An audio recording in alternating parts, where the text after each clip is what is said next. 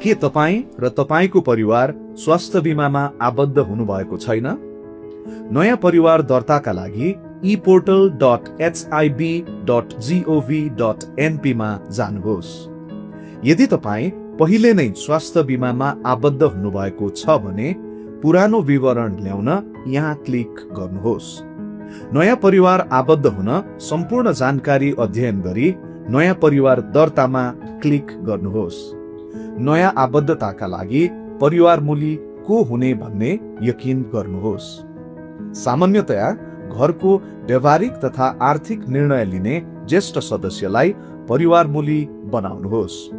यदि तपाईँ लक्षित वर्ग जस्तै रातो कार्ड भएको अति विपन्न परिवार वा पूर्ण अशक्त अपाङ्गता भएको व्यक्ति वा HIV संक्रमित व्यक्ति वा MDR TB लागेको व्यक्ति वा कुष्ठरोगी वा 70 वर्ष उमेर पुगेका ज्येष्ठ नागरिक वा महिला स्वास्थ्य स्वयंसेविका हुनुहुन्छ भने त्यस्तो व्यक्तिलाई परिवार मूली बनाई स्वास्थ्य बीमा शुल्कमा छुट प्राप्त गर्न सक्नुहुनेछ।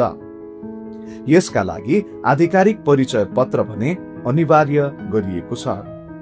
तपाईको परिवारमा परिवार मूली को रहने र परिवार संख्या कति हुने यकिन भएपछि नयाँ दर्तामा परिवार मूलीको नाम, फोन नम्बर र इमेल भए इमेल समेत प्रविष्ट गर्नुहोस्। सम्भव भएसम्म परिवार मूलीको आफ्नै फोन नम्बर प्रयोग गर्नुहोस्, किनभने आगामी दिनमा फारम स्वीकृति, अस्वीकृति र नवीकरण जस्ता स्वास्थ्य बीमा सम्बन्धी सबै जानकारी यही मोबाइल नम्बरमा SMS मार्फत प्राप्त हुनेछन्। परिवार मूलीको मोबाइल नम्बर उपलब्ध हुन नसकेमा सोही परिवार भित्रकै अन्य सदस्यको मोबाइल नम्बर प्रयोग गर्न सक्नुहुनेछ। परिवार बाहिरका व्यक्तिको मोबाइल नम्बर प्रयोग नगर्नुहोला। अब नयाँ दर्तामा क्लिक गर्नुहोस्।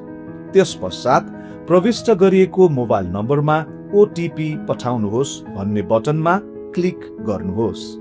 अब तपाईको मोबाइलमा HIV एलर्टबाट 6 अङ्कको OTP प्राप्त हुनेछ। उक्त OTP यहाँ प्रविष्ट गर्नुहोस्।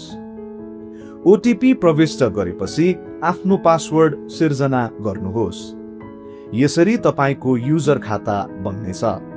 युजर ID र पासवर्ड पछिका लागि सुरक्षित राख्नुहोस्।